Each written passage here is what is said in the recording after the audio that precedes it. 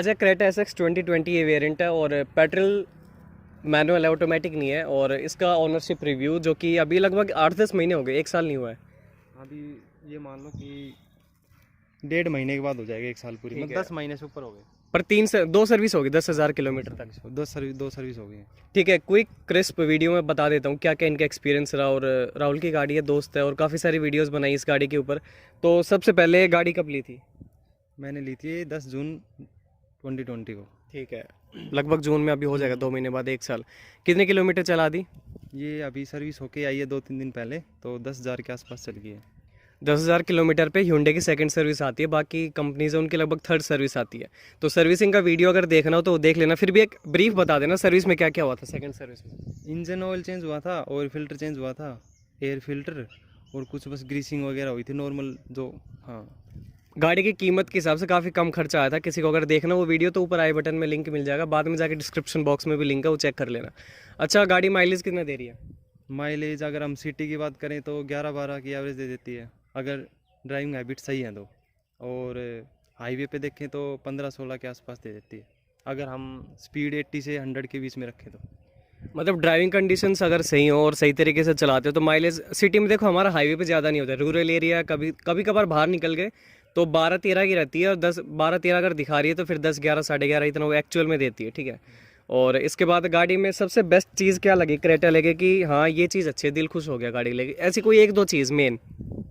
एक तो इसकी पैनोरामिक सनरूफ है, ठीक है, वो तो है ही इसका हाईलाइट पॉइंट, सेलिंग पॉइंट भी यही है। दूसरा इसका इंजन है, पेट्रोल इंजन बहुत रिफाइन है, अंदर पता ही नहीं चलता कि इंजन स्टार्ट है या स्टॉप।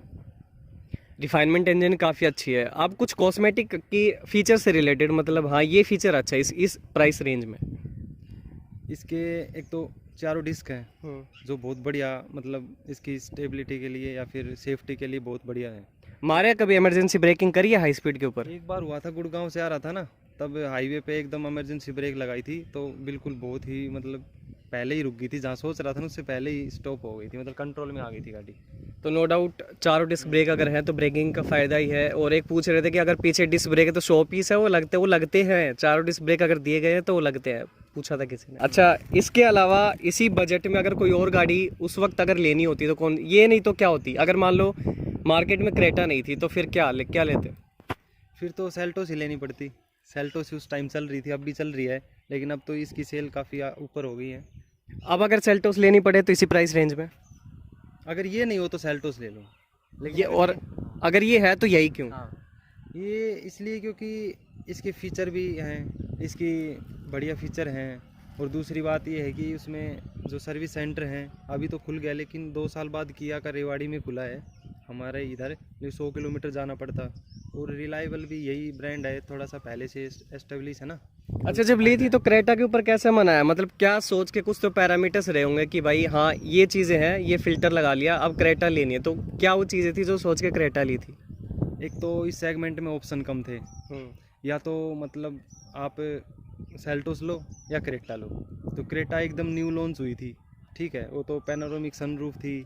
और सेल्टोस का वही बता दिया कि सर्विस सेंटर वगैरह में प्रॉब्लम थी, नई ब्रांड थी, तो उसको एक्सपेरिमेंट करने में थोड़ी सी रिलायबिलिटी इश्यूज थे क्योंकि गाड़ी अभी भी नहीं है। क्रेटा जाना पहचाना नाम था, 2000 आई थिंक 16 में ही आई थी, तब से अपनी सेगमेंट लीडर थी सेल्स के मामले में। अगर अब अगर इतनी बिक रही है तो कोई तो रीज़न है उसके पीछे। अब इतनी पुरानी कंपनी अगर है मार्केट में तो किसी वजह से, तो ब्रांड वैल्यू का जो नाम होता है ना, जैसे लोग मारुति के ले लेते हैं ब्रांड वैल्यू है, वैसे Hyundai सेकंड नंबर पे आती है, तो उस वजह से क्रेटा पे मन गया था।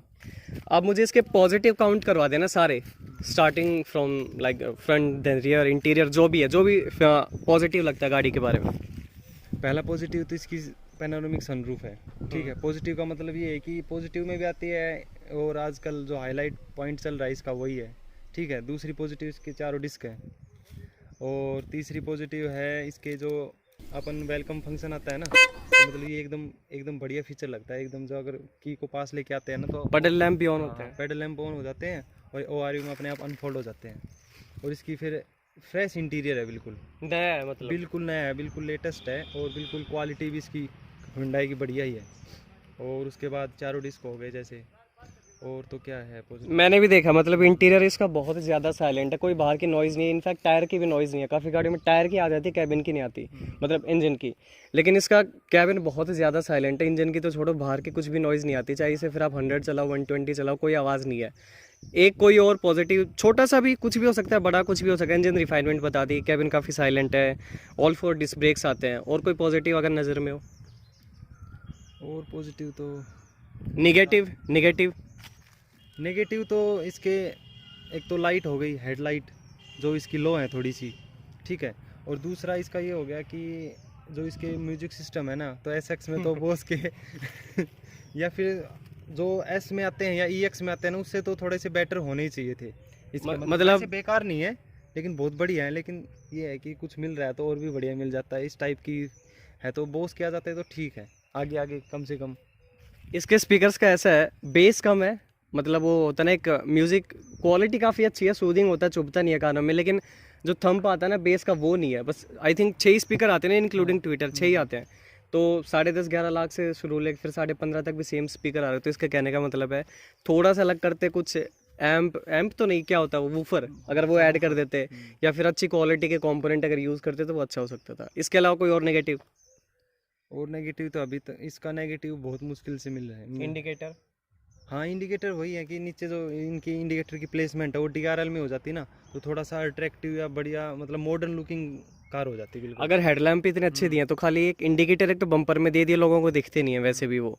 और फिर ऊपर अगर डीआरएल के अंदर दे देते, डीआरएल के आसपास दे देते एलईडी के अंदर, तो वो चीज़ अच्छी हो सकती थी। उसके बाद कोई और नेगेटिव? मैन्युफैक्चरिंग, हाँ मैंने वीडियो देखी थी एक सेल्टोस में भी यही दिक्कत है, और इसमें भी थोड़ा सा जो दोनों साइड डिग्गी का गैप है ना, वो थोड़ा सा ज़्यादा और कम है। मतलब ये नहीं है कि बिल्कुल दोनों साइड बराबर है, एक तरफ लेफ्ट में थोड़ा ज़्यादा गैप है और राइट में थोड़ा कम गैप है। तो वो तो पता नहीं है, हमें पता है ना, तभी हम नोटिस कर पाते हैं। वैसे मेरे अकॉर्डिंग एक नेगेटिव पॉइंट इसका ये हो सकता है कि रिक्वेस्ट सेंसर सिर्फ और सिर्फ ड्राइवर साइड में, ना कि को ड्राइवर साइड में। यानी अगर मान लो आप इस साइड से आ रहे हो, लेफ्ट साइड से गाड़ी के पास, और आपको दरवाज़ा खोलना है, तो आपको की से अनलॉक करना पड़ेगा। ऐसा नहीं है कि यहाँ पे बटन है जैसे और गाड़ियों में आता है। कम से कम 2 रिक्वेस्ट सेंसर होने चाहिए थे। उस साइड तो ऑलरेडी है, इस साइड भी एक आना चाहिए था। अच्छा, अभी इंटीरियर से रिलेटेड कोई मतलब ये लगता है कि ये चीज़ पॉजिटिव है, और या फिर ओवर द टाइम ये चीज़ अच्छी हो गई है? इसका मतलब स्टेयरिंग है ना, बहुत ज़्यादा लाइट है, बहुत ही ज़्यादा स्मूथ है और बिल्कुल एक्यूरेट भी है। मतलब ये नहीं है कि फिर डेड है या फीडबैक बढ़िया है? फीडबैक बहुत बढ़िया है इसका। स्टेयरिंग के अलावा? स्टेयरिंग के अलावा इसकी जो अभी सर्विस कराई थी, इसमें ये फ़ायदा हो गया कि इसकी थोड़ा सा पंची आ गया इंजन में, थोड़ा सा मतलब अगर हम 6 गियर में भी 50 से उठा रहे हैं तो एकदम थोड़ा सा जर्क लगता है। हाँ, बढ़िया सा एकदम। सर्विसिंग के बाद कोई और मेजर डिफरेंस ये आया हो, मतलब पॉजिटिव हो चाहे नेगेटिव हो, क्या कुछ डिफरेंस है? देखो, सर्विस के बाद है ना, इसका सबसे फ़ायदा तो ये हो गया कि इसका साइलेंट है ना, इंजन बहुत और ज़्यादा साइलेंट हो गया। एक तो आइडलिंग पे जल्दी आरपीएम डाउन आ रहे हैं। हाँ बिल्कुल, पहले क्या था कि 2 मिनट लगते थे इसको नीचे, मतलब आइडल पे आने पे 800 के आरपीएम के आसपास, लेकिन अब तो बिल्कुल ये मान लो 30 सेकंड में 40 सेकंड में बिल्कुल नॉर्मल हो जाती है गाड़ी। ठीक है, आरपीएम एक तो जल्दी आ रहा है क्योंकि इंजन ऑयल चेंज हो गया। और उसके अलावा गियर, क्लच, ब्रेक, कोई इशू, कोई अच्छी चीज़? कोई इशू नहीं है, बिल्कुल स्मूथ है। क्लच भी बहुत लाइट है और गियर तो इसके स्मूथ है ही। गियर याद है ना, शुरू में थोड़े से हार्ड थे, मतलब थोड़े से थे, स्टार्टिंग में, हाँ, अब से वो अगर मैं 2 कंपेयर मिनट करूँ वैसे नहीं। हाँ, चलानी भी नहीं आती थी इतनी, वो ठीक से इसको मतलब डालना भी आता था ना गियर। अब तो बिल्कुल स्मूथ हो गया बिल्कुल गियर। अच्छा, जो लोग ये पूछते हैं ना कौन सी गाड़ी लेके सीखे, जैसे मुझसे, जैसे ड्राइविंग सीरीज उसमें पूछते हैं कि हैच ऑल्टो लें, स्विफ्ट लें, सेडान लें, तो इसने क्रेटा एसएक्स ली थी 15.5 लाख की, उससे फिर गाड़ी सीखी है। तो कोई गलती करी अभी तक कोई, मतलब गाड़ी लगाई कहीं पे? गाड़ी तो अभी तक लगाई नहीं है, कहीं भी टच नहीं हुई है। एक बार ये हुआ था कि जाम में चल रहा था, मैं गुड़गांव से आ रहा था, तब एकदम ब्रेक लगा, पीछे से अल्टो वाले ने ठोक दिया था डिग्गी में, हल्का सा डेंट दिख तो नहीं रहा, लेकिन ये हुआ कि इसमें तो हल्का सा डेंट आया और अल्टो का पूरा बोनट उठ गया। 2 इंच ऊपर उठ गया था।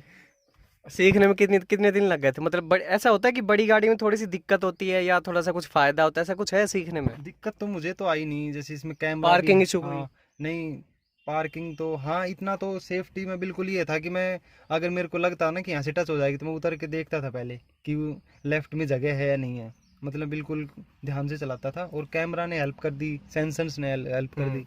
अच्छा, कुछ हार्ड एंड फास्ट ऐसा रूल नहीं है कि छोटी गाड़ी से सीखो, बड़ी से भी सीखी जा सकती है? हाँ, बिल्कुल, मैंने तो इसी से सीखी है। तो आप लोग भी अगर बड़ी गाड़ी है तो उससे भी सीख सकते हो। अब ना ठीक है।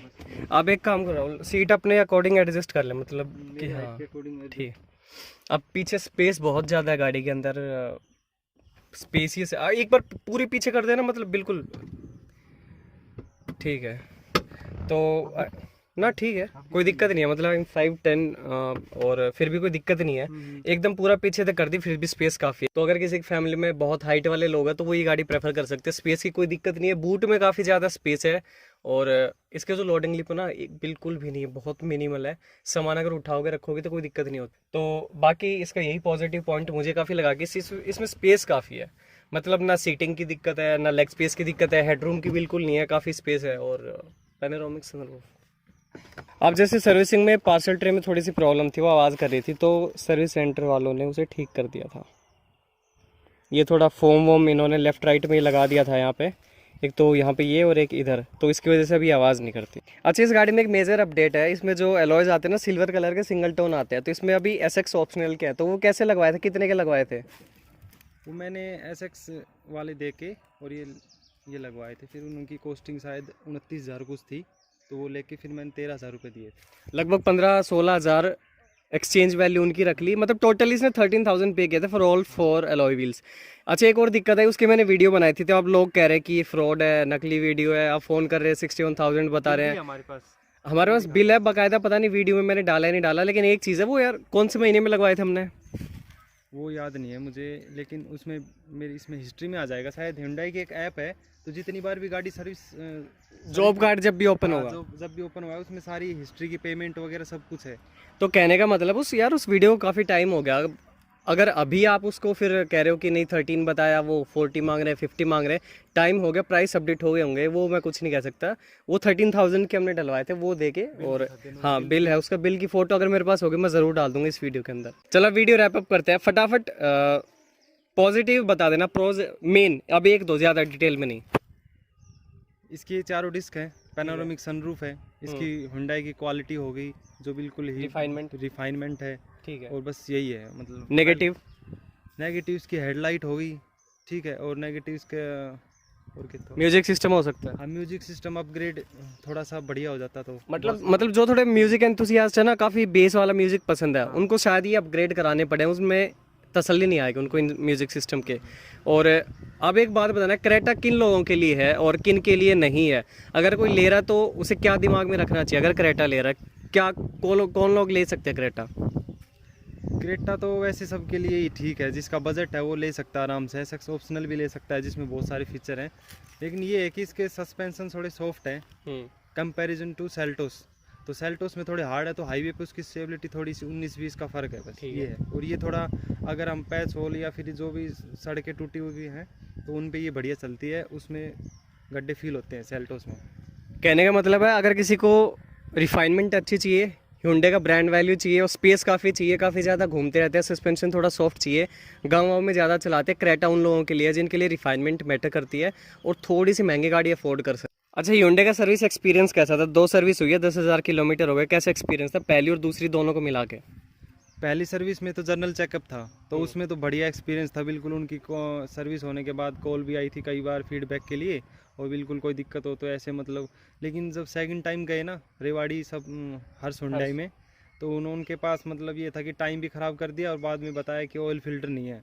और उसके मतलब मैं तो कॉल करके गया था पहले दिन सर्विस एडवाइज़र से, तो उन्होंने कहा था कि आ जाओ सर्विस कर देंगे, लेकिन ऑयल फिल्टर नहीं था। फिर दुखी होके और मतलब परेशान हुए और लेट भी हो गए। फिर हम गए मानेसर ट्रम्प Hyundai में, वहाँ पे सर्विस हुई इसकी। तो मतलब एक्सपीरियंस तो ठीक था, लेकिन पार्ट नहीं है, ये थोड़ा सा मतलब अजीब सा लगा कि क्रेटा सबसे ज़्यादा बिक रही है, और इसका जो नॉर्मल सा पार्ट है, ये भी नहीं है कि कुछ टूट गया हो या ORVM टूट गया हो कि भाई उसको चेंज कराना है, ऐसा कुछ भी नहीं है। मतलब ऑयल फिल्टर ऐसी चीज़ है, डेली रनिंग में होती है वो चीज़। सर्विस सेंटर क्या होता है? जहाँ गाड़ी की सर्विस होती है, सर्विस में मेजर जो एक पार्ट होता है कि इंजन ऑयल हो गया, ऑयल फिल्टर हो गया, ये चीज़ चेंज होती रहती है। वो स्टॉक में नहीं था, डीजल वाली का है, पेट्रोल वाली का नहीं है। पता नहीं क्या रीज़न है, या तो फिर दोनों आउट ऑफ स्टॉक होने चाहिए, पता नहीं क्या रीज़न था।